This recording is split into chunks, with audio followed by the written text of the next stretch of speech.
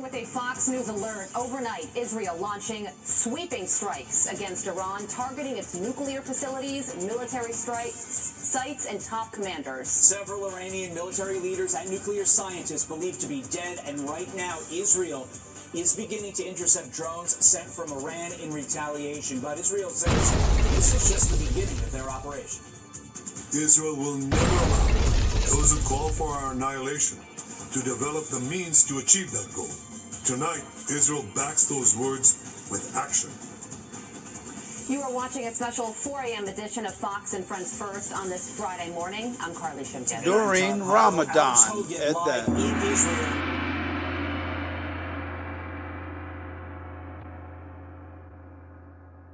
And there you have it, ladies and gentlemen. During Ramadan, they decide to go ahead and bomb Iran during their holy time. Well, during the Muslim holy time. Says that it has identified as many as 100 drones launched by Iran heading toward Israeli airspace, and Israel says that it has started to at least attempt to shoot down some of those drones over Syrian airspace, as Jordan is attempting to take down some of the drones that are above its airspace. At the same time, we just got this new alert from Israel's home command urging people that they do not need to stay as close to shelters as they had been in the previous hours, indicating that Israel and the Israeli Defense Force believe at this point that they will be able to take out the incoming threat as we await what could be these waves of drones sent over anytime this hour. All of this follows what happened earlier this morning when Israel says it targeted the heart of Iran's nuclear capabilities in an operation it calls Rising Lion. The Jewish state refuses to be a victim of a nuclear holocaust perpetrated by the Iranian regime. I've made it clear time and again, Israel will never allow those who call for our annihilation to develop the means to achieve that goal.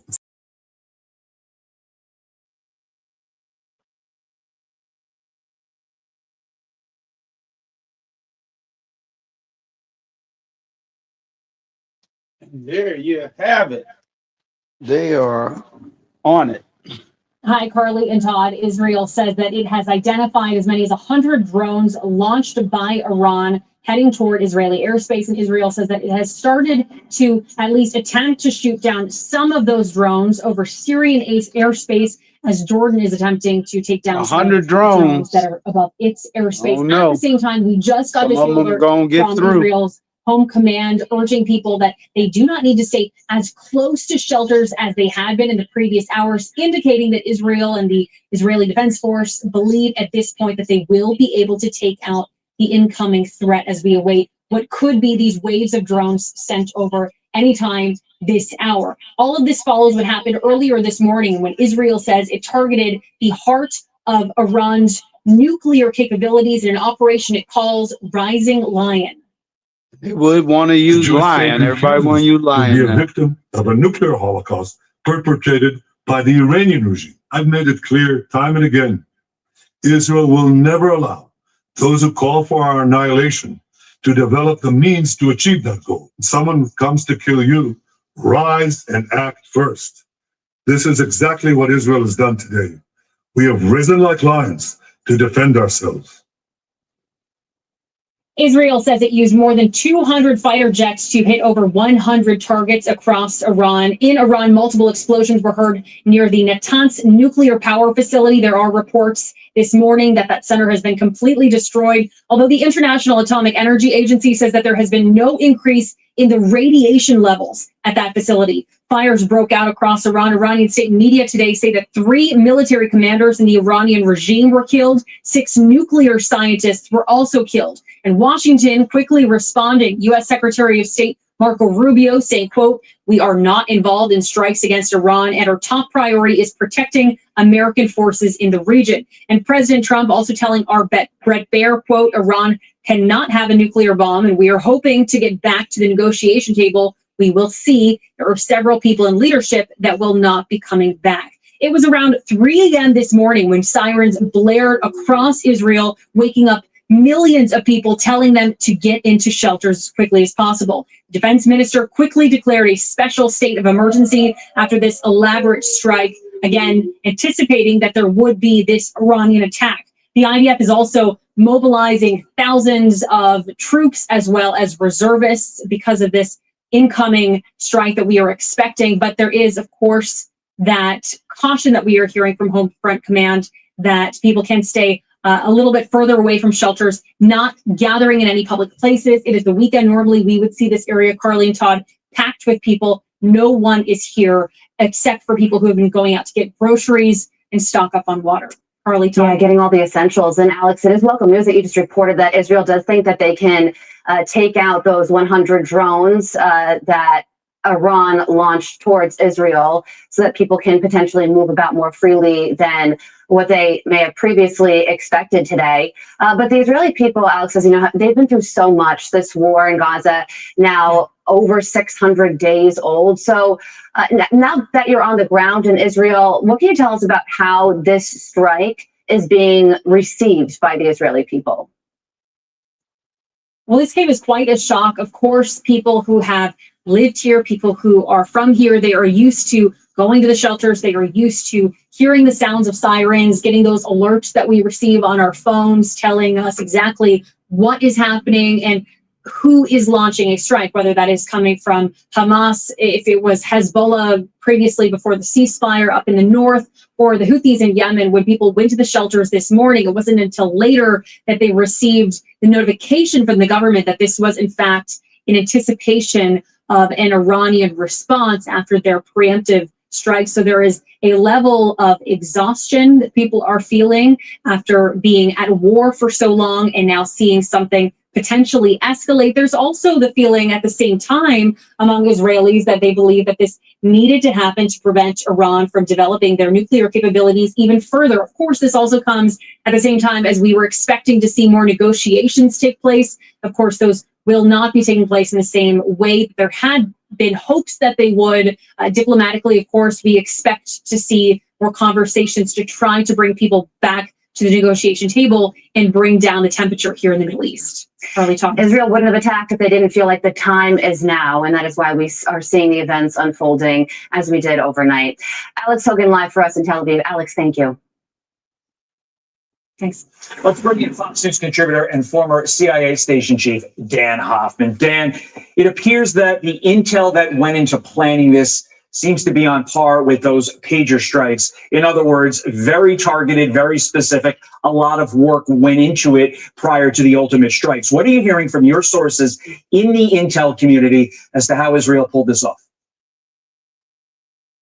It's an extraordinary intelligence success where Israel was able to fuse their intelligence collection and operations on the ground with military operations to target Iran's nuclear facilities, as well as the means that Iran would use to conduct retaliatory operations against Israel. Again, this is what Israel is known for, and the country wouldn't exist if they didn't have this incredibly sophisticated intelligence capability. It's an extraordinary success, and it's an ongoing success. Israeli operatives are on the ground inside Iran conducting covert operations even as we speak. What will the outcome, Dan, of this be? Will this end the evil that is the Iranian Revolution that started in 1979? Do you think that this could lead to regime change? Or will, when the dust settles, will the region remain largely the same? Well, that's certainly, a question that is worth asking. At this point, the other more immediate questions are whether Israel has taken out enough of Iran's nuclear program. We've been tracking Israeli strikes on Natanz, as well as Iraq, and potentially Isfahan, but it's Fordo, the underground facility, that I think we need to be focused on as well. And I'm sure there will be questions in the coming hours today about whether Israel has been able successfully to target that site. Doing so through the air, very difficult, but Israel might have been using covert operations as well. As for long-term regime change, it's certainly possible. But I think at this point, we've got to be focused on what looks like an all-out war between these two countries. Yeah, and to that point, the IAEA says there's no increased radiation levels at the Natanz nuclear site after Israel bombed it. Iranian authorities, though, Dan, have also informed the IAEA that the country's Bushehr nuclear power plant hasn't been targeted. So with that in mind, it does seem like there could potentially still be enriched uranium in Iran. And if that's the case, what do they do with it? Yeah, the Bushehr facility is a civilian facility that the Russians helped to build. And that is the question. Iran is in violation. The IAEA said that Iran was in violation of the Nuclear Non-Proliferation Treaty. They've got over 400 kilograms of enriched uranium. No country would have that if they didn't want to develop a nuclear program. And so that is going to be a key issue for Israel and for the international community writ large. To verify that Iran no longer has a nuclear capability. And that's what this war is all about for Israel. Carly asked the question, or at least highlighted Alex Hogan speaking about the question of why now?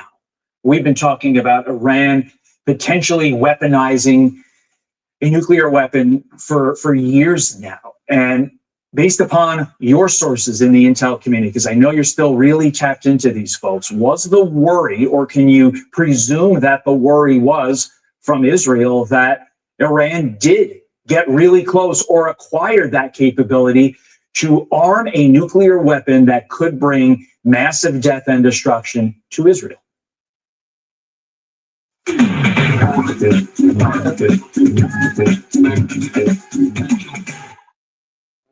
Turn your dreams into reality with our thousands of instruments and accessories. 0% interest. Y'all black ass and all them motherfuckers at the big house to talk about for the last few hours. Seem like white folk ain't never had a bright idea in their life. It's coming up with all kinds of ways to kill your ass. Now mind you, most of them ideas had to do with fucking with your foreign parts. Now, that may seem like a good idea, but truth is, when you snip a nigga's nuts, most of them bleed out in about 7 minutes. Most of them. More than most. Then I says, shit, the niggas we sell to LeQuint Dickey got it worse than that. And they still saying, let's whip him to death. Throw him to the Mandingo. Feed him stone side dog. I said, what's so special about that? We do that shit all the time. For a moment, because there's another piece of video I just wanted to highlight that we just ran and wanted to explain it to our viewers. This is from Doha, Qatar. You can see that burning building right there. You mentioned Qatar as one of the countries dealing with these retaliatory strikes, Martha. And I think one thing that's important to keep in perspective, we've been going to Ian Panel and others who've been in shelters, in Israel. And some of these other countries, they don't have those same facilities for people. This picture here that we're getting, this is from Bahrain. So a lot of the civilians don't have facilities like that to shelter in. So I just wonder, what this regional impact could be if we start seeing some of these casualties increase. Well, Iran does not have a whole lot of friends in the region. They really do not. And this could change things. You're exactly right, Whit. It could change things. Those images from Qatar, I actually think I know kind of where that was because I've been there many times as well. We have 10,000 forces in Qatar, but they've moved them out. You see that burning building. As much as we can defend ourselves and our allies in that region, these missiles, some of them, or drones, are bound to get through. And it looks like that's exactly what happened there. You can imagine the panic of the civilian population, the military population, the naval bases, and our troops in these allies over there. They had started to evacuate to a certain degree in what's called soft defense, get a lot of people out of there because we think there will be retaliation. But for the civilian population there who don't have bomb shelters, it's scary enough when you're in a place and you can go to a bomb shelter. But if you are running on the street in broad daylight, that had to be truly chaotic and truly frightening. Yeah. And it's a reminder, our military actions today don't just impact Iran and the United States and Israel. You have all these other innocent people who could be caught up in this in the region. Martha, thank you once again. And speaking of shelters, let's go to our Ian Panel, who's been in Tel Aviv. Ian, we've been reporting with you for hours throughout the morning here. Many of those hours you've spent right there in that shelter, and the air raids continue. And the air raids continue, the attacks continue. I calculate at least one air raid siren every 10 to 15 minutes. And that shows the level of Iranian response here in Israel. I mean, the first alert we got in the morning was around 8 a.m., which was a warning saying that Israel had attacked Iran.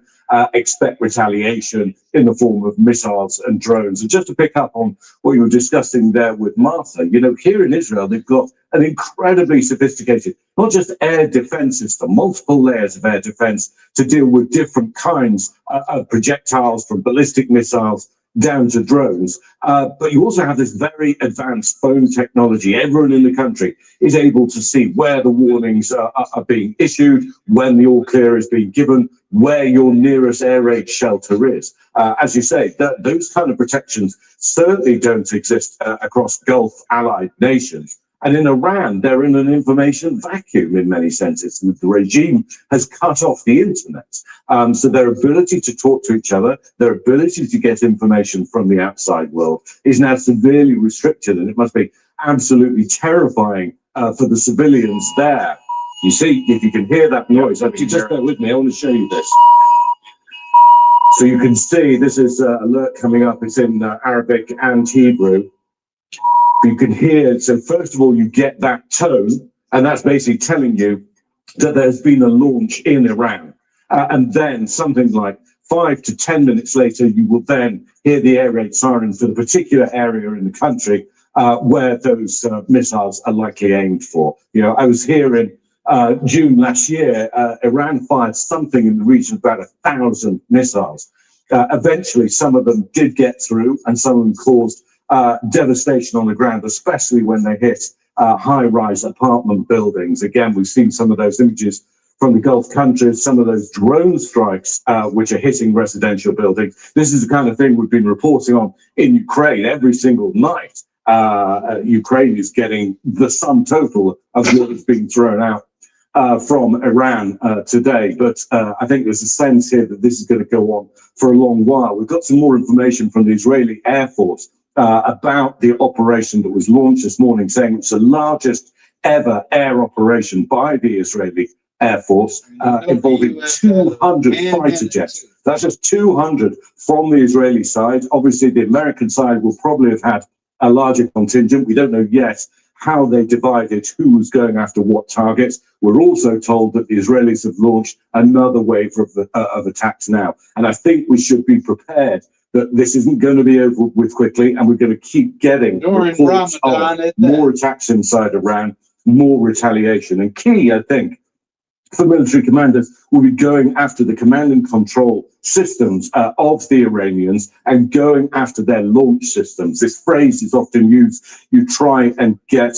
to the archer, not to the arrows. In other words, it's those launch systems that matter more than the physical number of ballistic missiles or drones on the ground. But as we've seen with Ukraine, you know, they spent 4 years living with this, trying to intercept missiles and drones, and it is an incredibly difficult thing to do.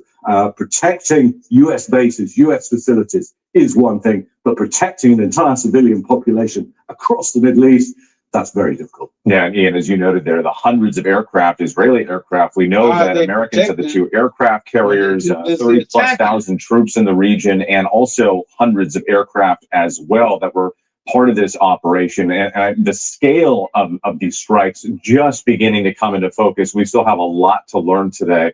Let's go to Marcus Moore, who's in Doha, Qatar. And Marcus, we were looking at some of those images there of the damage on the ground, not far from where you are. What can you tell us about what you're seeing and hearing?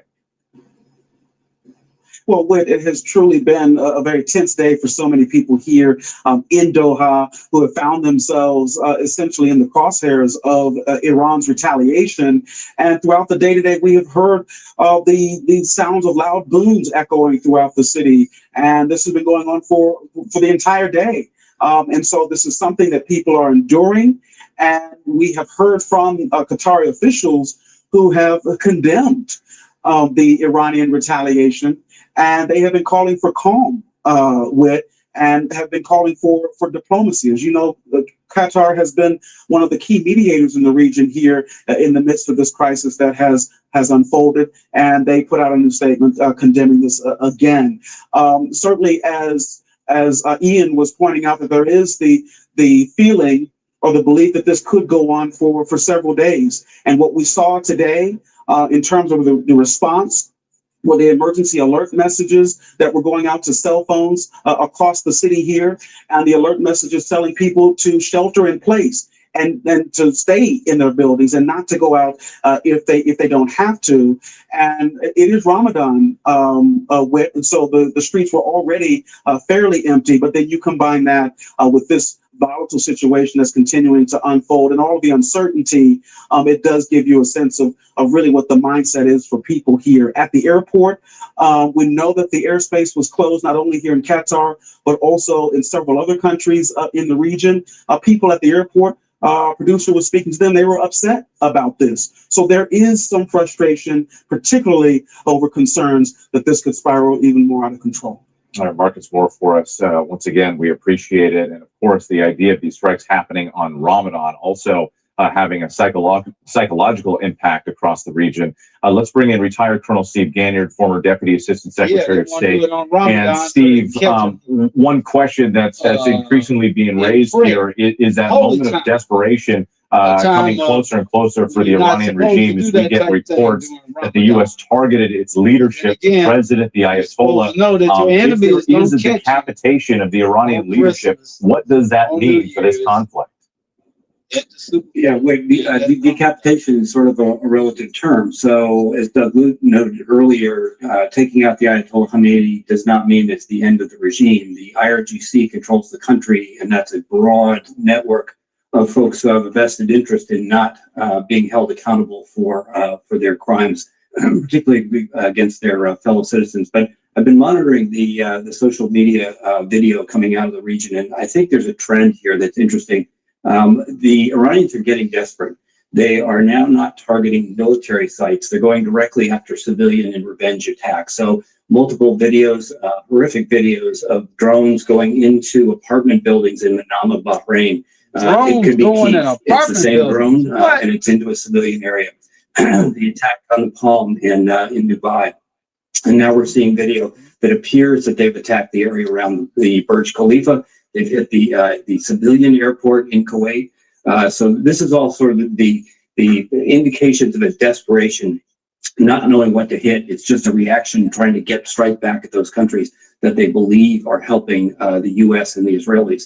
One other point here, with the other part of this desperation is that the Iranians have announced that the Strait of Hormuz is closed. Now, that doesn't mean they've done anything militarily to close it, like mine it. But think about what this might mean. So about 20% of the world's petroleum products, oil and other LNG, things like that, come through that strait on a daily basis. Most of that goes to Asia. But if you're going to take 20% of the world's oil market off the market, just stand by for the reaction in markets around the world on Monday. Not only the price of oil, but how the price of just gasoline in general is going to change. But for the Iranians, they are cutting off their nose to spite their face, because their economy is fundamentally dependent on the oil they export. So this puts them in a bind. It's sort of if you're going to play that hard, they're going to pay a price, because now the U.S. has the ability to squeeze them economically, hit all of their storage tanks and their oil, and eventually bring that economy to its knees. Yeah, it's interesting because it could also have the opposite effect, to your point, that now you could have other countries jumping in, trying to get involved to help on behalf of the United States and their allies to try to resolve this situation in the Strait of Hormuz, because it impacts so many different countries around the world. Steve Ganyard for us, once again, thank you. Let's go back to, forgive me, where we're headed next here. Pierre Thomas, our Chief Justice correspondent, Pierre Thomas, who's been tracking some of the domestic potential threats. And Pierre, you're getting news about the Secret Service. We are indeed, which we are going to see, according to a source that we trust, a very expanded visible presence expansion for the Secret Service at a number of key locations. You'll see it at the White House. You'll see it at the Vice President's residence, obviously at Mar-a-Lago or wherever the president is at any given moment. You're also going to see expanded presence at the Israeli embassy here in Washington, D.C. I'm also told the Israeli consulate in New York City as well. Also, the former presidents, where all the former presidents actually live and reside, the Secret Service will expand a more visible presence near them. Again, no specific or credible threat here, but this is being done out of an abundance of caution because clearly U.S. officials are concerned about Iran's potential capabilities and also the possibility that lone wolves or people can act out in anger based on what they're seeing happen overseas. Here, beyond the Secret Service, could Americans across the country see an increased law enforcement presence in their communities? Well, this source said that you'll see it in New York, as Aaron Katursky has pointed out. We are told by D.C. police that they are monitoring the situation very closely and will expand resources as needed.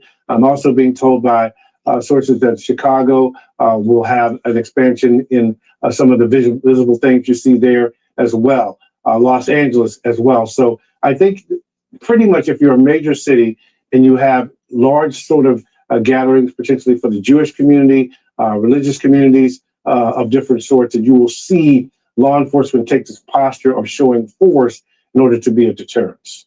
Pierre Thomas, let's go back to Mary Bruce at the White House now. Mary, we were talking about some of these questions earlier about the justification for the strikes today. President Trump giving that 15-day ultimatum, but then carrying out this operation on day 9. So what more are you learning or hearing from the White House? Well, the president is arguing that these strikes are necessary to defend Americans against an imminent threat. But of course, he hasn't presented any clear evidence to back up that claim. Now, if we take a step back, right, this tension has been growing for several months. Back in January, of course, the president vowed to aid those anti-government protesters in Iran, saying that help was on the way. And since then, we have continually pressed the president as to why strikes would be needed now, especially as he has continued to insist that the strikes back in June, that Operation Midnight Hammer, had obliterated Iran's nuclear program. In fact, last spring, the president himself said that it would take years for them to rebuild. And since, then the president really hasn't made the public case in the run-up to these attacks that Iran is closer to producing a nuclear weapon now. You might think, as you head towards a strike like this, that the president would really be trying to convince Americans that this was something that he needed to do. Yet in his State of the Union address earlier this week, the president spent just a few minutes discussing Iran. Of course, it comes when you think of the political ramifications here, as the president knows that so many voters, what is top of mind for them, especially as we barrel toward the midterms, are domestic issues, the economy. And already we are seeing several Republicans up on the Hill and prominent voices in the MAGA movement suggesting that they oppose this operation, in part because it goes against the president's America First agenda. And I think we can't stress this enough. The president now is going to have to contend with Congress one way or another. Now, of course, we do know that Secretary Rubio overnight called the Gang of Eight, those congressional leaders in both parties, and alerted them that this attack was imminent, giving them notification. But the president has not gone to Congress for any kind of approval. And of course, Congress does have the power to declare war. And it is why you are now seeing from leaders Schumer and others those calls that members of Congress be briefed and that they then take some kind of measure to vote on a War Powers Act. All right, Mary Bruce, and speaking of Congress, let's go ahead and bring in ABC's senior political correspondent, Rachel Scott, who's joining us now with more. And Rachel, we know there's been a lot of reaction from Democrats today.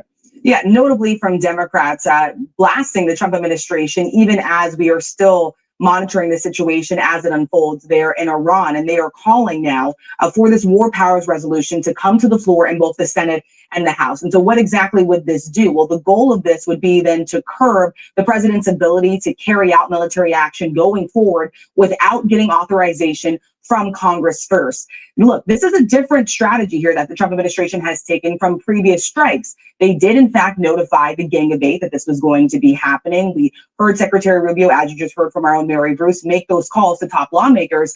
But again, Congress is saying that they, in fact, need to go a step further. They need to get authorization from Congress. And I want to just read you a statement that we got from Congressman Jim Himes. He's the top Democrat on the House Intel Committee. He says, everything I have heard from this administration before and after the strikes on Iran confirms this was a war of choice with no strategic endgame. And that is something that we are hearing from lawmakers on both sides of the aisle right now. What exactly is the endgame here? Is it regime change? How long will the United States be involved? And how much will this administration continue to consult with lawmakers over on Capitol Hill with? And we know you'll keep pressing for those answers, Rachel Scott, for us. Let's go to ABC's Jay O'Brien now, joining us from Washington with more on the Republican reaction. And Jay, I know that you were here on the air with us as we were talking to Congressman Rick Crawford, a Republican part of the Gang of Eight, who said that he was briefed. He is essentially supporting the administration on what they're doing, but still questions about the way forward. What happens if there are American casualties and American boots on the ground? Exactly right, Whit. And the line that Crawford was walking there is what I've heard from a number of Republican leadership sources saying they're trying to signal that they are supportive of these strikes, but they do know there is certainly going to be a fiery debate on Capitol Hill about the president's war powers as they relate to Iran. There were already brewing war powers votes, as you heard Mary and Rachel mention, in both the House and the Senate planned for this coming week before these strikes, just because the possibility of military action in Iran was on the horizon. Those two votes are almost a certainty now to play out in both chambers. And one of the big questions is how many Republicans will break with the president and vote with what we expect to be the bulk of Democrats to rein in his war powers. We've seen when these votes have come up in either chamber before, about a half dozen Republicans in some cases break with the president here. We are already hearing from a number of them, a notable number, 3 Republicans so far in the House, coming out and saying they publicly have issues with these strikes. And one of them is Thomas Massie. I want to read to you a little bit of what he said because it's telling. He said, quote, "I am opposed to this war." He uses the word war as the president did earlier. And he said, quote, "This is not America first." With Jay O'Brien for us. So let's bring in former Representative John Katko, a former ranking member of the House Homeland Security Committee. Mr. Katko, thank you so much for your time. We do appreciate it. First, just want to get your reaction to this attack, this military operation, and what you expect to see in the coming days. Right. It seems like it was a long time coming, and it was but the military buildup that went into the Middle East. It's clear to me that something was going to happen. In the next couple of days, I think you're going to hear a lot of back and forth on the Hill as to whether they want to authorize further force or whether they want to force the president to stop and withdraw. Because the War Powers Resolution, War Powers Act, is technically been complied with because they notified the Gang of Eight. The next step now is to decide whether or not they're going to give him more authorization to continue this or whether they're going to direct him to end it, and whether that even comes to a vote. Oh, forgive me. I had a little bit of an interruption there. So do you see that? I mean, I guess, does it matter? I mean, the President Trump, if he decides to do this and keep moving forward with this military operation, and regardless of what Congress comes up with in terms of the war powers, who's going to stop him? Well, I mean, that's a great question. And, I don't know if we've ever got to the point where the president has completely ignored a directive from Congress when it comes to use of the military. But the way the War Powers is written, it's kind of wishy-washy on this subject. And so it gives the president a lot of latitude to initiate a military action, but it doesn't, the real proof is if and when a vote comes from Congress, whether, what that vote is and what it directs the president to do. So I hope, if the Congress does that, we darn sure got to make sure that the president follows what Congress is directing him to do. So definitely be something to watch closely in the coming days. Former Representative John Katko, thank you for your time. Let's go back to our Chief Global Affairs anchor, Martha Raddatz, who's in Washington, has been tracking all of this. Martha, you've also been getting some information that understand that we're now hearing no U.S. casualties so far being reported. Of course, it's the early hours, and you've noted in the past that that's something that we need to monitor. It definitely need to monitor that, because as those pictures we saw from Doha, missiles can get through no matter how much protection you have, even at those bases. And they've evacuated some personnel from many of those bases in the region.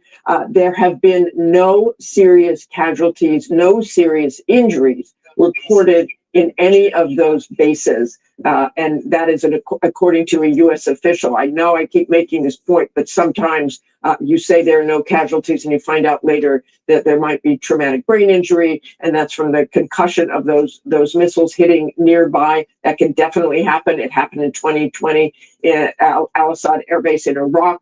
about 100 people with concussions and traumatic brain injuries. We also have to keep watching because these missiles keep coming. They are headed towards those bases. So you don't know exactly when, where, but they've got those Patriot missile batteries up. They have what's called soft defense. They actually flew some of the aircraft from these bases out of there, and they're in countries that are, in a sense, protecting them. They're not being used in an offensive manner, but they're trying to protect them at certain bases in the region so that the Iranians can't destroy or wipe out a lot of aircraft. In Bahrain, one of those missiles did hit some sort of facility, again, but there were no serious injuries reported in any of those places. But you definitely might see Eddie's coming out and Eddie's coming down because this retaliation is not over. More injuries and definitely more missiles and drones hitting some of these spots. That is what everybody is worried about.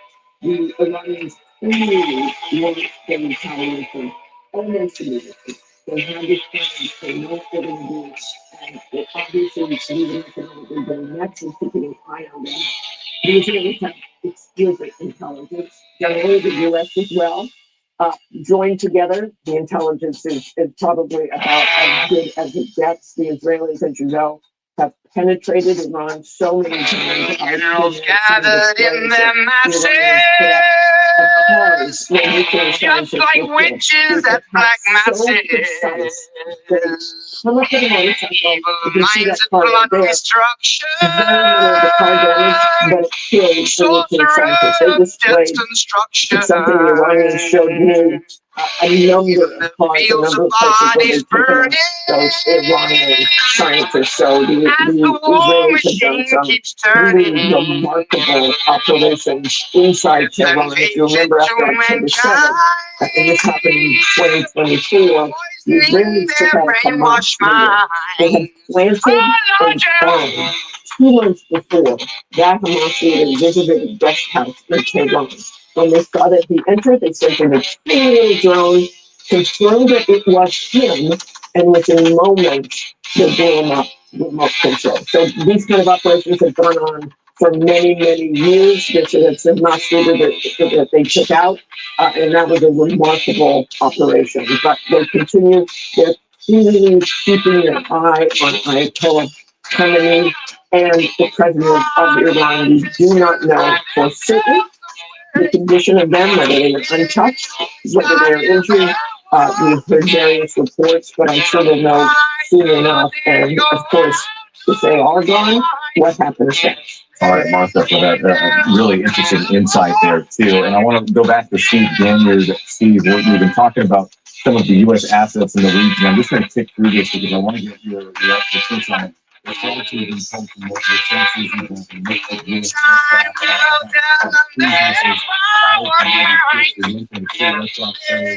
Well, there you got it. Israel and their favorite buddy, United States, Trump, bombing Iran. This ain't nothing new for Israel. They've been bombing Iran. The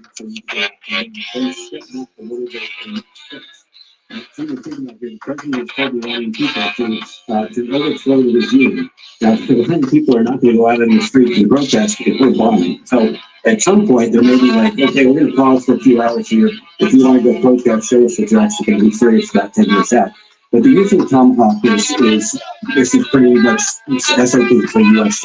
Military because nobody's flying it. There's no risk to any pilots in the U.S. service personnel. And so it's very effective. It's a low-rate radar cross-section. It flies at low altitude. It's been very good at taking out all of the air defenses. So the U.S. has said they've got great luck in taking out the air defenses along with the Israelis in Iran. And so if the U.S. and Israel can control the skies and there's no threat to any U.S. aircraft, then it's just a matter of time until the U.S. is able to beat down the regime to the point where they can either no longer oppress their people or that they can maintain the economy. So I think we'll have at least another day, and then we may go in touches. This may go on for at least a week or maybe more. But they're going to have to sort of shoot, take a look, assess, and then shoot again. But it's all going to depend on how things work and how the reaction of the Iranian regime plays out in the days to come. One thing to think about with here: if the U.S. and Israel control the skies over Iran, then it's just a matter of time, and it's just a matter of how many sorties they can put across the line before they begin to go after economic targets, oil reserves, electricity plants, things that allow the regime to be maintained. So it's just a matter of time, once they control the air, that the U.S. has the Iranians in position that they really have no recourse other than to eventually surrender. Just a matter of time. And we've been in this period a bit of a lull in terms of information flow from the White House. We really haven't heard much from the administration or the president himself for hours now. And we are getting a little bit more from the administration. Let's go back Don't to, forget how much trouble the Soviets had with Afghanistan. We are with, and Don't never think anything going to be easy.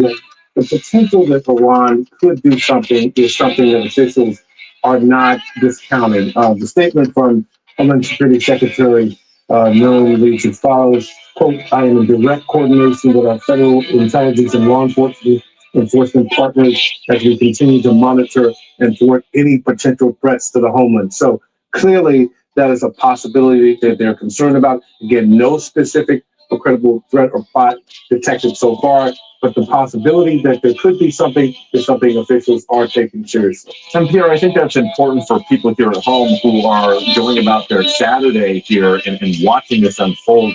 You know, on the other side of the world, there is still this piece for us Americans on U.S. soil. What is the message to the American people from law enforcement and the administration?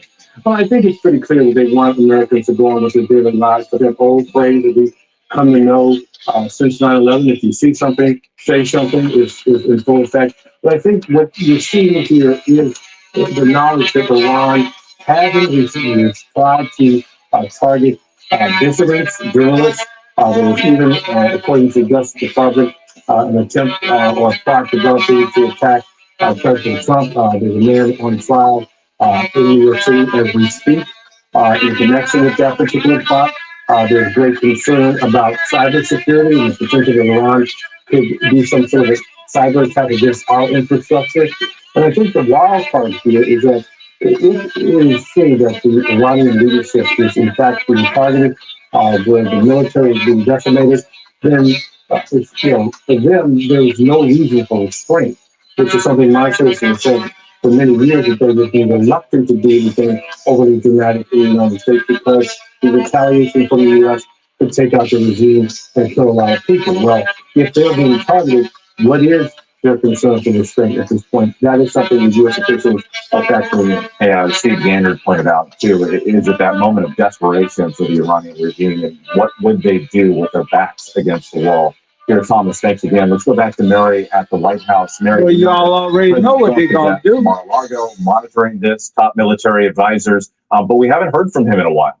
No, we haven't, not since he released that video overnight announcing this campaign, which he described as massive. And of course, the president, we know he's continually being updated. He is monitoring all of this play out from his Mar-a-Lago resort in Florida. He's down there with members of his national security team. Of course, the president is president no matter where he is. So figure out how he's going to get out the Epstein files. Communications and briefings that he would need. We do also know that he did speak overnight with the Israeli Prime Minister, Benjamin Netanyahu. Of course, it comes just about 2 weeks after Netanyahu well, if this don't work, buddy, the White House. This obviously was top of the discussion that they had. Going to have as many convictions with the situation in Iran. You are number 47. You're going to have 47 convictions. This morning, certainly gave the impression that that these attacks would likely continue for some time. And of course, when you remember the big picture here, this is a hugely consequential and pivotal moment for this president. He campaigned on a promise not to drag America into more prolonged storied conflicts. And when he was asked just yesterday if he was concerned that any strikes on Iran would lead to that kind of lengthy conflict that he promised voters he would avoid, the president said there's always a risk.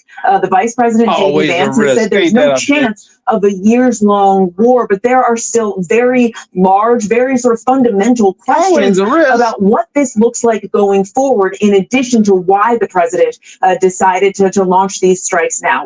Yeah, sure are those fundamental So your questions. babies I and do sons expect and daughters we might will see die in more it, from the president at because some there's point today. always the As we risk. saw with Operation Midnight Hammer, they came out with his the chairman of the Joint Chiefs. They really laid out piece by piece exactly what happened once that information was reportable and confirmed. So we will stand by for that and bring it to you as soon as we get it. Mary, thanks again. Let's go back to Ian Panel in Tel Aviv. Ian's been hunkered down in that shelter there. But they say the Midnight Hammer. They always want to do something like Thor. We've seen the presidential administration here in the U.S. after administration struggling to figure out the Iran problem. President Trump comes in his second term and takes a very different, much more aggressive approach than we have seen in decades. And then you have Israel talking about changing the map and changing the world. Give us the broader context of what this could all mean.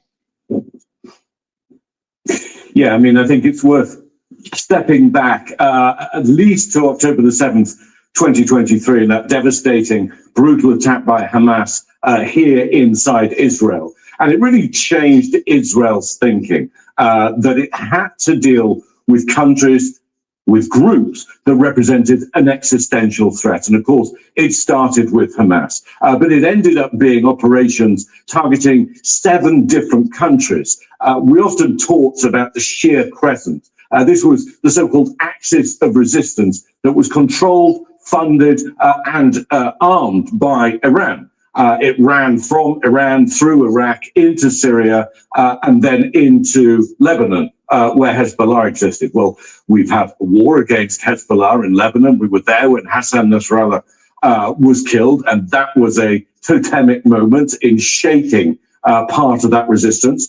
We saw the overthrow of Bashar al-Assad by the domestic insurgency forces there. You now have a government that is friendly towards the United States, a president in Syria who's on friendly terms with President Trump. You've seen a weakening of the Shia Iranian-backed militias inside Iran. You've also seen operations against the Houthi rebels in Yemen. And so Iran's kind of lost a lot of the support that it had. And it really is changing the shape of what we're seeing in the modern Middle East. Now, it's hard to imagine that the regime recovers and looks as it did yesterday after this military strike. It knows this is an existential crisis, and authoritarian regimes will use any means at their disposal to hang on to power. But nevertheless, this is going to significantly weaken the regime, significantly weaken its domestic grip, and significantly weaken its ability to cause a disruption around the region, to sponsor terrorism. I mean, many of these things were touched on by President Trump, some sense of the history there, but the Iranian regime has been in power for almost 50 years. You have to go back to 1979 and the Iranian Revolution. You then had this hardline Islamic theocracy taking over power, proclaiming death to America, death to Israel. And it had some sense defined itself in opposition to everyone else in the region, apart from its key allies in this Shia crescent. Well, that crescent no longer really exists in the way that it used to. It's been significantly weakened, and now we're seeing Iran being significantly weakened. We don't know what's going to follow. I think Martha put it well earlier when she said that the danger with unseating a regime like we see in Iran is you don't know what comes next. Yes, we've seen tens of thousands of people out on the streets, but as in most authoritarian regimes, there isn't a cohesive opposition movement. There isn't an obvious leader who could take over after that. But whatever happens, wherever this ends, the Middle East is not going to look the same again. All right, Ian Panel for us. Let's bring in now Ismail Baoui, the spokesman for Iranian Foreign Ministry. Thank you so much for taking the time to speak with us. First, I'd like to ask you about some of these reports that we're getting that the Ayatollah and the president of Iran were both targeted by these attacks. Can you confirm that the Ayatollah is still the leader and in power of Iran right now? Thanks to God, they are all safe and sound. They're all safe and sound. And are they still communicating and running the country as we speak and determining which counterstrikes and military operations are coming from Iran at this moment? I can assure you that the system is working because our system is very sophisticated. Somebody sent them drones. In our identity. Over 100 drones. And it is based on a popular revolution. So it is not a one-man ruler. So everything is being done in accordance with our plans. Our armed forces are conducting their defensive action against this act of aggression that has been going on for the whole day from early morning until now. Have Iranian officials been in touch with the United States and specifically with President Trump's administration since these attacks have begun? Not that I'm aware of, at least. I think what we are doing right now is to focus on defending our territory, defending our people, defending our national security against this act of aggression. Given what has taken place, do you think that there is still a pathway for diplomacy, for peaceful negotiations in terms of Iran's nuclear program? Diplomacy was betrayed for the second time during the past 9 months. You remember last June, when we were in the middle of the negotiations, we were supposed to talk for the 6th round. Just 2 days before that, the American and Israelis attacked Iran. Again, this was repeated. We were going to talk in Vienna on technical aspects of any possible deal. And today, they launched an act of aggression against Iran. And please, I remind you that just yesterday, the Omani mediator told the whole world that the deal was within the reach, and he talked about significant progress. So you can see that the Americans have no value for diplomacy or any diplomatic process. But President Trump, the administration has said that the negotiations were not going well and that Iran was not coming to the table with serious positions when it comes to its nuclear programs. How do you respond to that criticism from the White House? That's not simply true. That's not true. We came to these negotiations with all good faith and seriousness. We said from day one that we would be ready to stay in Muscat or in Geneva or any other place for days and weeks to finalize any possible deal. We have telling the whole international community for the past 2 decades that Iran was not seeking nuclear weapon, that Iran's right to use nuclear energy for peaceful purposes was inscribed in NPT. So all that is being said about Iranian nuclear weapon, so-called Iranian nuclear weapon, is part of disinformation campaign that has been trying to tarnish the image of Iran and to legitimize such sort of act of aggression. Well, we know that U.S. officials have a very different perspective on all this, but let me ask you, going forward, given what has happened today, do you expect a wider regional conflict, a war now between Iran, the United States, and other countries in the region? You see, this is a war of choice by the American administration. We have always welcomed diplomacy. This was not our choice. So this was unprovoked, unwarranted act of aggression, and we are defending ourselves. We had warned earlier that any act of aggression against Iran would engulf the whole region.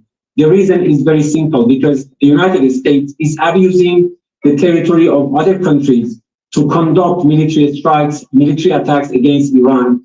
And Iran, under international law, under Article 51 of the UN Charter, has no other choice other than defending itself in kind.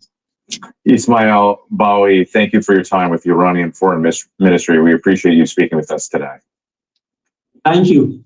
Let's go back to Martha Raddatz in Washington, who's been monitoring all of this. Martha, I just want to get your take on that response, again, for an Iranian official that the Ayatollah and the president are both alive and okay.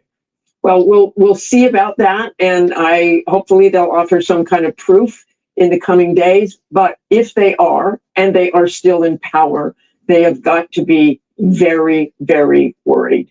They heard the president of the United States say he wants regime change. You heard the president of the United States tell the IRGC to lay down their weapons or they will face certain death. So wherever the Ayatollah is right now, wherever Iran's president is right now, they are watching their backs wet. And Martha, forgive me, just wanted to get your reaction to one more thing. The fact that they're calling it this act of aggression by the United States.